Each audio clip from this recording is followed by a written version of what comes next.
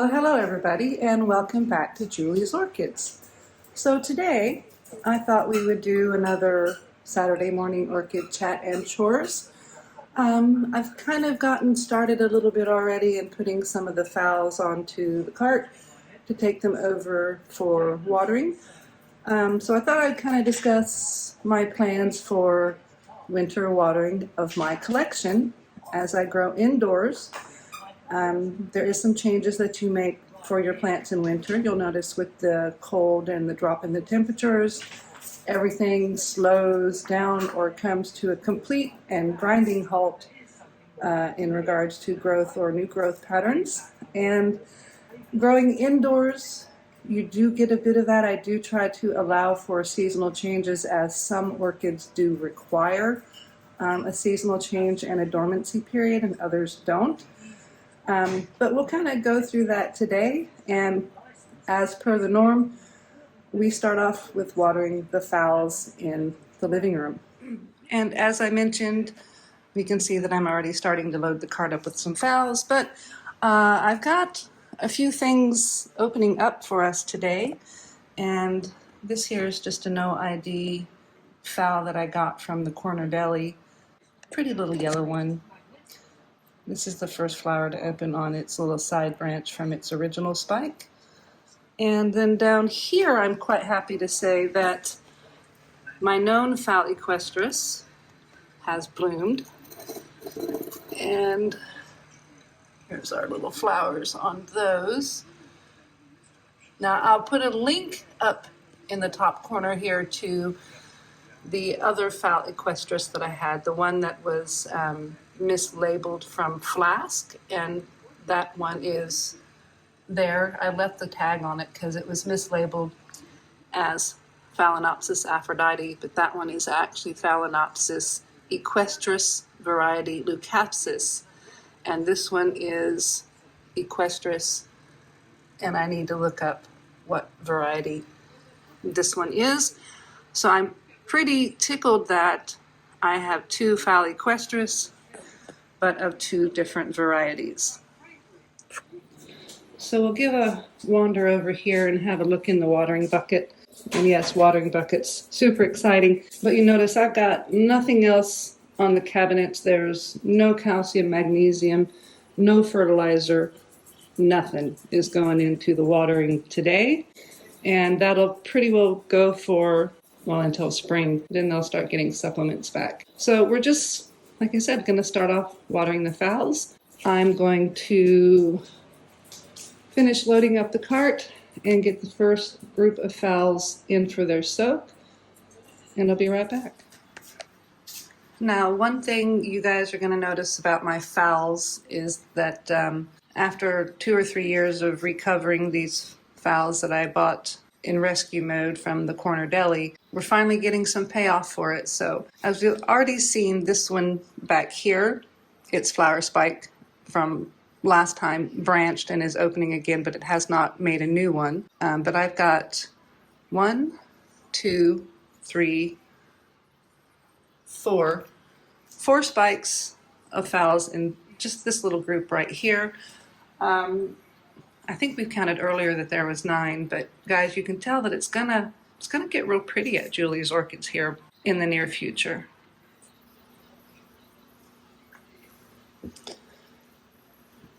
So sort of what I'm gonna do with these is, when I have a nutrient solution in the water, I let the plants soak for 30 minutes or so they have time to really soak up and absorb as much of whatever nutrient, be it fertilizer, seaweed, or calcium, magnesium, whatever I'm giving it. I let them soak for half an hour. When they're getting just water, I pretty well get them wet, let them soak for 5 minutes or so, and that's pretty well it. But I do use this time to rinse or flush really well, particularly this time of year where I'm not doing any nutrient solutions at all. So you just always have to be cognizant and aware of your spikes so that you don't accidentally bump and or break them. So I tend to, with the plants that are in spike, do these one at a time and then slide them back to the corner. Whereas if they're not in spike, I might put 2 or 3 pots in the bucket at one time and then give everything a rinsing off. But as you can see, it sits down in the water and it doesn't, I can't get the bucket full enough to fill this all the way up, mostly because then I can't physically dump the bucket out. How do I get the roots up here? Do I spray them? No, I don't mist my plants really at all, with the exception of I've got 3 on mounts and 1 in water culture. Those get sprayed every day. The rest of my plants never get misted or sprayed. I just don't do it. Even though I am in a low humidity environment, I grow my plants inside of my home and they sit on the shelves next to things that are electric. I'm just too lazy to pick the plant up, take it to the kitchen, spray it down, and put it back on a multiple time a day basis. You know, I work. I'm gone for 10 hours a day for work, and when I come home, that's really not what I want to do, is spend the next 3 or 4 hours spraying plants. So the roots have gotten used to my environment that I have, and I do run a humidifier in the grow room, and that does affect the humidity in the rest of the house a little bit. Now, specifically for these, complex hybrid phalaenopsis type phalaenopsis that you would get at your big box store, grocery store, in my case, the corner deli. They're pretty hardy plants, and their roots can really take a beating. Like this one here, I cracked that root when I potted it, broke it right in half, but it's still functioning, and so I'm leaving it. And some of the aerial roots will shrivel up and not like the low humidity environment. But again, I'm going to say, in regards to growing in pumice, what I have found since transitioning 90% of my collection into inorganic pumice as a media, that the little micro holes and things and pores within the pumice rocks does keep humidity enough around here that my aerial roots, the roots growing on the top of the media, are doing better than they were when I had them in bark media. Okay, so just what we're going to do here is my handy dandy little pitcher, and I just kind of pour around the corner of the pot. Now, keeping in mind, I don't want to get water down into these leaf joins, so I am lifting the leaves up, and I am not trying to pour close to the stem of the plant, just not wanting to do that. That's too big of a risk to get water down in between those leaves, and then you get stem rot or crown rot, and then that's pretty well the death of your orchid. And so we're just going to gently kind of pour the water over the rocks, and that's just in an attempt to get some of these roots here that are growing along the pot and aren't down in there, some moisture to them. And what's nice about the phal roots is that they pretty immediately green up and say, yeah, I'm getting this nutrients, I'm getting this water, whatever you're getting them, and they're quite happy, and they stay quite happy. And so we're just going to do this with each one of the plants and slide that one up and over and out of the way. Now, it is a bit time consuming, but on a Saturday morning, I like to put YouTube channel on or the radio on. Maybe there's something, a podcast or a vlog that you like to listen to. Just put it on in the background and let it run. And, like I said, while I'm doing my watering, when things are soaking and things have a moment, I also incorporate my house chores into this. So I've already got a load of laundry washed, hung out on the line, getting ready to put another load in. So this kind of consumes my Saturday morning. And that's why I call this Saturday morning orchid chores, because I'm taking care of my orchids and I'm doing house chores. And I'm also talking to you guys on a Saturday. So I want to say, welcome to Julie's Orchids. Thank you so much for watching another Saturday orchid chores and chat. And again, just going to kind of gently pour these in here. And it might not be real exciting to watch, and I appreciate those of you that are watching. And again, this is just water. I have a 5-stage reverse osmosis filtration underneath the sink, and I have a 11-liter storage tank underneath there as well. I will say, with me sharing the water, among all of my orchids, I probably go through 20 to 30 liters of water, a watering. But then I take whatever water is left after I've watered the orchids, and I will water my house plants and my outdoor plants, particularly any of the new plants that I've just planted. We're still in the process of sort of landscaping. The back garden is coming along quite well. Nearly got the water wall completed, and then we can start putting plants in the back garden.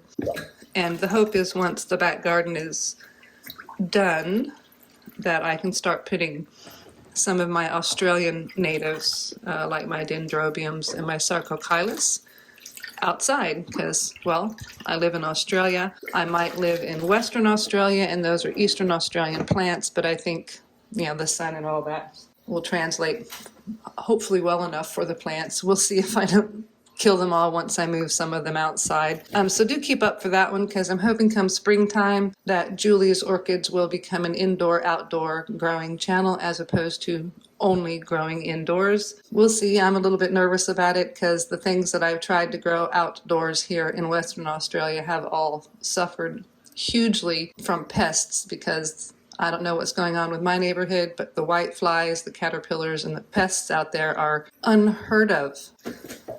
So I've got a podcast playing in the background on a very low level. So not really a podcast, I'm sorry. I'm listening to a YouTube channel called Time Team, British archaeology show, and it's got Sir Tony Robbins in it, and I just really enjoy the show. So if you hear that on in the background, that's because I'm giving it a listen. Now you'll see how I'm gently lifting up the leaves and kind of pouring this in here, but I'm not really trying to get very close at all to the stem. I'm just kind of going along the outside edge. Again, that's because you want to avoid getting water down in between these leaf joins, and so you just have to be very careful with that. All right, now I believe that is a bucket full of phals, and that's all the more that can go in there. But I've got some dishes that I need to put away real quick so I can drain the phals. Again, this is Orchid chores and chat, so I have house chores to do, put dishes away. And so I'm going to get that done. I'm going to let these soak while I'm doing that. I'm going to put on another load of laundry, and I'll be back with you.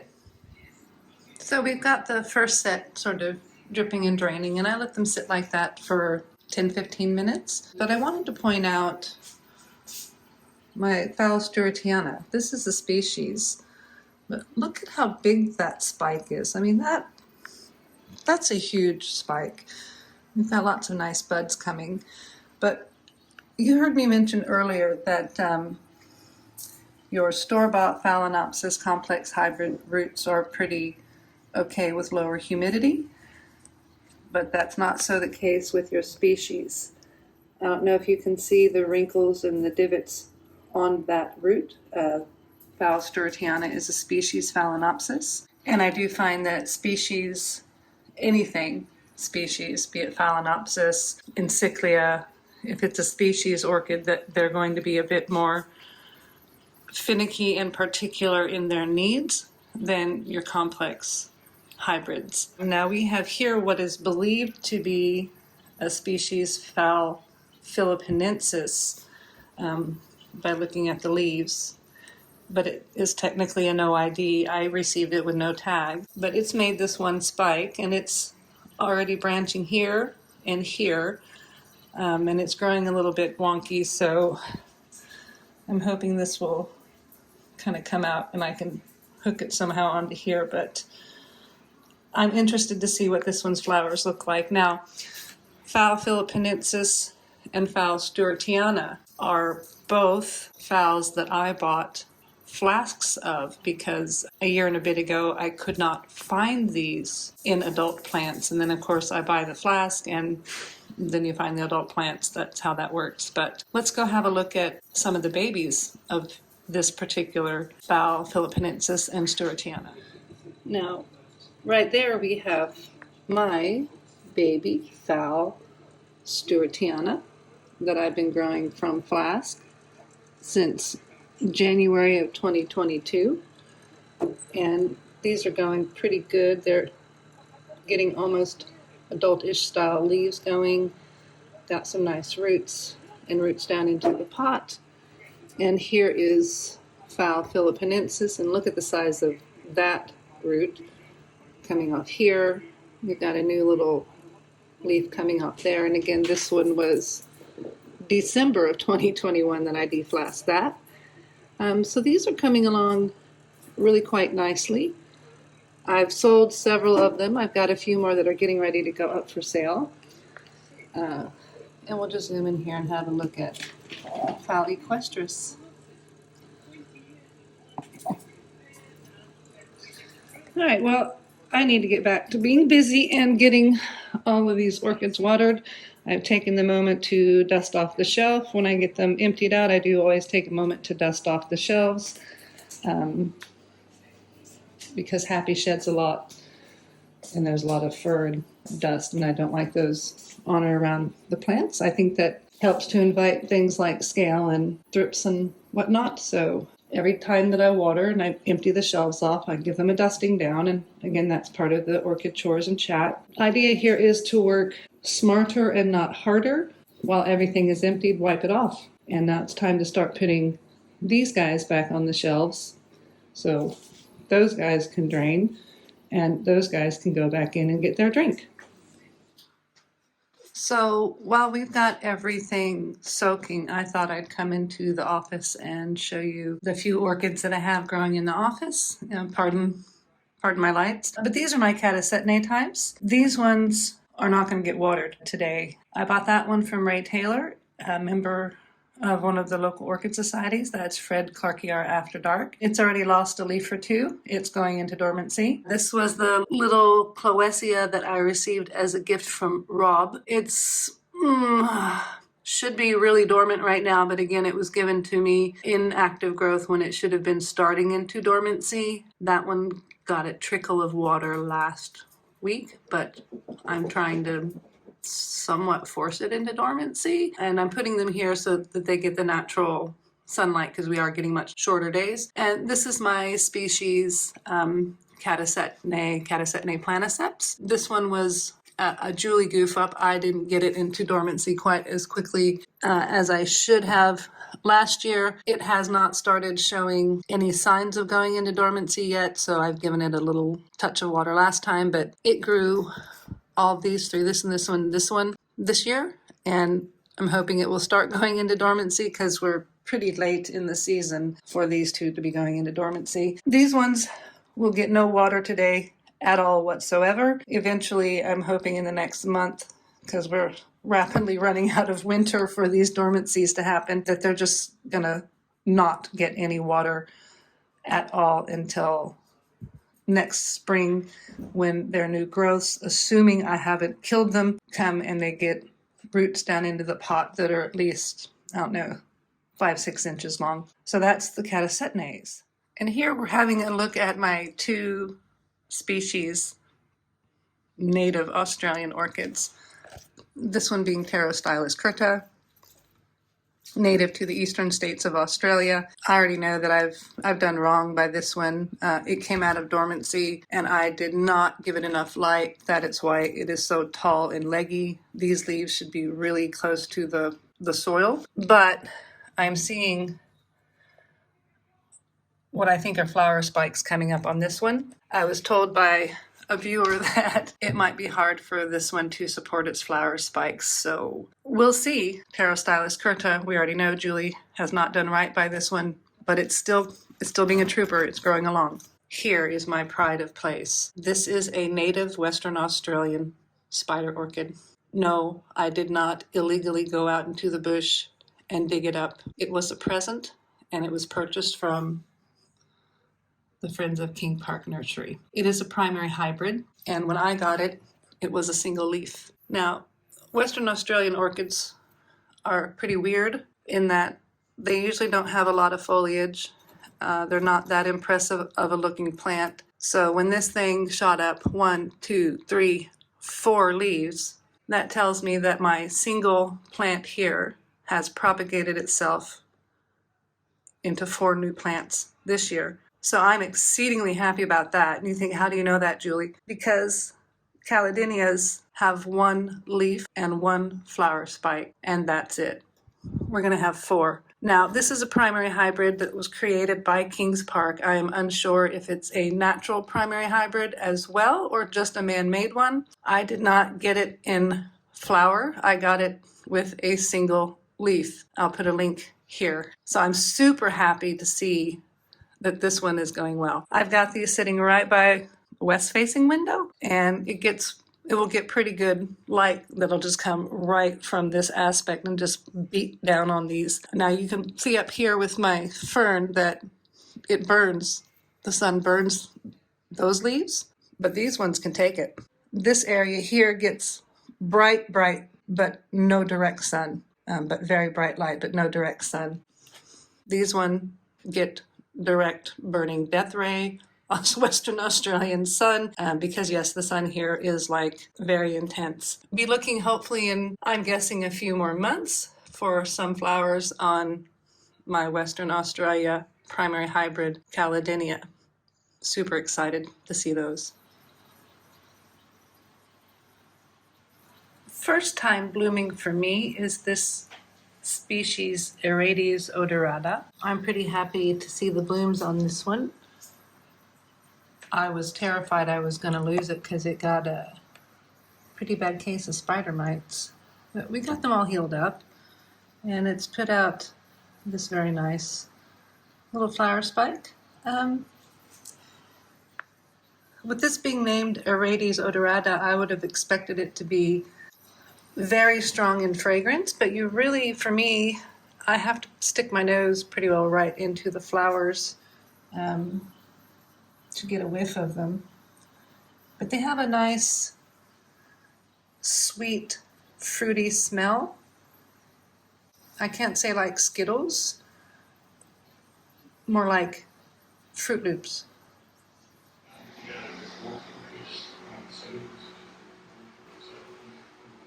Well, we've got everybody back on their shelves now. Got our pretty Twinkle still in flower here. Cattleya yellowbird that I purchased at one of the recent shows has opened some flowers for me. I think I'm giving it way too much light. Got a bit of the anthocyanin going on. That first flower that's more yellow opened up looking like that kind of purpley flower, and it slowly turned more yellow. So I'm happy to see that. And we'll look down here at our paths, and a big bud going right there. And an interesting thing I've noticed in my Sacrosinia, I've got my first flower spike on my Sacrosinia pitcher plant. And we're going to leave the day with a beautiful dendrobium. Thank you for watching today. If you liked the episode, please give me a thumbs up. A subscribe would be great. And everyone have a great rest of your weekend. Thank you.